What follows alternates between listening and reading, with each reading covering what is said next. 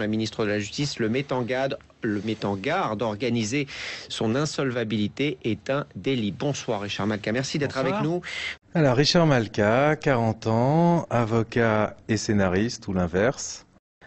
Vous êtes avocat, il faut le préciser. Il est 8h16, donc ce matin, Yves Calvi, vous êtes avec l'un des avocats de Dominique Strauss-Kahn. Bonjour Richard Malka. Bonjour. Vous êtes aussi représentant de Radio France dans une plainte contre Dieudonné. Suite de Sarkozy, il manque du CFCN, il demande la dissolution du CFCN. Non, c'est pas vrai. Waouh. Ah, c'est énorme. Ah bah ça c'est bien, ça c'est une bonne nouvelle, non? Ah ouais, ça a explosé le CFCN. Ah ouais. Il fallait pas nous emmerder. Voilà. Avant de revenir peut-être sur les déclarations de Christiane Taubira et sur celle de Manuel Valls, un mot de cette affaire, où en est-elle? Alors j'ai signalé au parquet au nom de Radio France les dérapages qui avaient eu lieu contre Patrick Cohen. Le parquet a annoncé à la suite de cette saisine que une enquête était ouverte, une enquête préliminaire. Donc la procédure suit son cours. Elle sera longue, mais c'est nécessaire parce qu'il y a des droits à respecter et ce sont les mêmes pour tout le monde, et y compris pour Dieudonné. Donc la procédure suit son cours. Quand vous dites longue, pourquoi? Parce que c'est une procédure pointilleuse, difficile. Il y aura peut-être ensuite un renvoi devant le tribunal. Tout ça prend du temps. Il y a des garanties de contradictoire à respecter. Dieudonné pourra se défendre, et donc il est normal que cela prenne un certain temps. Le temps, justement, Dieudonné semble l'utiliser beaucoup dans ses procédures judiciaires. Organiser son insolvabilité est un délit. C'est ce que rappelle la garde des Sceaux aujourd'hui. Comment ça se prouve, ça, sur un plan juridique? C'est un délit compliqué à établir. Habituellement, il est souvent appliqué pour les pères à la suite de divorce qui ne payent pas les pensions alimentaires de leur épouse ou pour leurs enfants, et qui donc organisent leur insolvabilité et se font en sorte de ne pouvoir être recherchés en responsabilité par leurs épouses.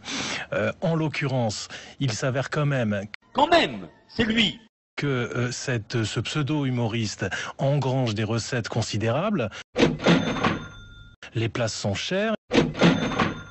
Il y a toute une industrie qui tourne autour de la Shoah. Shoah, nanas. La haine et de la violence qui distille au cours de ces spectacles. Et bizarrement, lui-même n'a pas un euro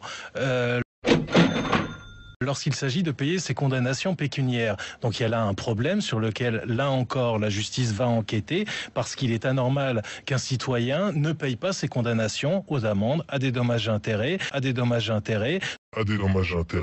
ne paye pas ses impôts, puisque c'était le cas également. Donc comme n'importe quel citoyen, Dieudonné doit payer. Lorsqu'il est condamné, être anti-système, si c'est ne pas payer ses condamnations, alors c'est être contre l'état de droit. Alors les condamnations, on va les rappeler. Condamné à 8 reprises, relaxé plusieurs fois. Il n'a pour l'instant pas acquitté ce qu'il devait. Il ne s'est pas acquitté de ce qu'il devait.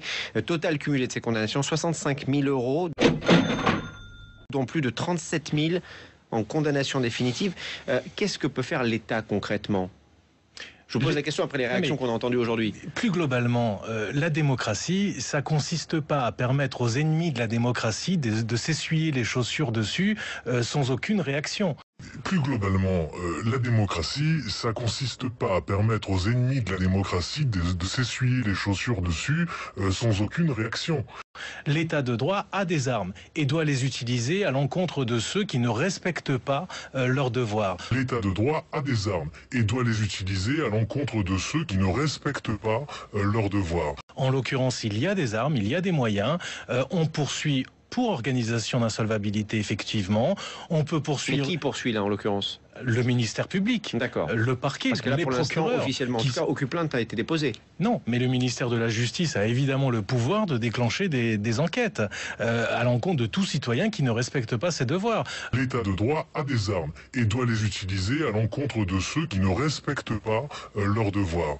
Un citoyen qui ne paye pas ses impôts, il est poursuivi par les services de Bercy. Un citoyen qui ne paye pas ses condamnations, aussi, Dieudonné doit l'être. Un citoyen qui fait appel aux dons, qui lance des souscriptions pour payer ses amendes, comme Dieudonné l'a fait, là aussi c'est un délit. Donc il y a tout un ensemble de délits pour lesquels il pourrait parfaitement être poursuivi. Et vous savez, je crois que ces personnes-là qui font commerce de cette haine font d'abord du commerce. Et donc ils sont sensibles à l'argument du portefeuille. Et donc ce sont d'excellentes actions que d'engager des poursuites et de chercher à les faire payer. Sur ce terrain-là, auquel ils sont extrêmement sensibles, Monsieur Mbala n'est pas un personnage désintéressé. Comment a-t-il fait jusqu'à présent pour ne pas payer? Ça paraît incroyable. Ça paraît incroyable, mais si vous vous organisez de telle sorte à ce que ce soit votre épouse qui soit propriétaire de tout, qui engrange toutes les recettes, et que vous vous arrangez pour n'avoir jamais un euro sur votre compte, alors il n'y a rien à vous prendre, on ne peut pas tondre un œuf. Est-ce que l'État a peut-être trop tardé dans ce dossier, ou est-ce que finalement c'est courant dans ce type de cas que les amendes ne soient pas payées ou restent impayées de manière générale?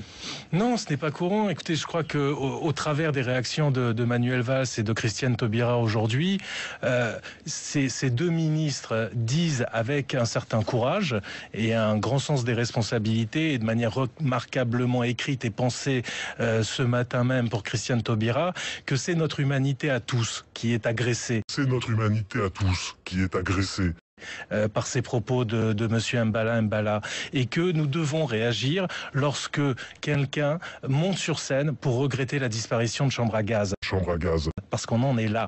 Et qu'il faudrait s'adresser aussi aux spectateurs qui donnent de l'argent pour aller rire à ces propos-là, et ensuite retrouver leurs enfants. Il faudrait s'adresser aussi aux spectateurs qui donnent de l'argent pour aller rire à ces propos-là, et ensuite retrouver leurs enfants. Et les regarder, comment c'est possible dans une civilisation, dans une démocratie, d'accepter cela sans réagir. La démocratie doit se servir de toutes ses armes pour ne pas permettre à des propagateurs de haine et de violence de faire leur sinistre travail, parce que les mots, à un moment, se transforment en actes, toujours. Il y a l'injure, et après l'injure, il y a la loi, et après la loi, il y a les coups. Et vous le savez. Les mots, à un moment, se transforment en actes, toujours. Il y a les coups. Et ensuite, retrouver leurs enfants. Il y a les coups, coups.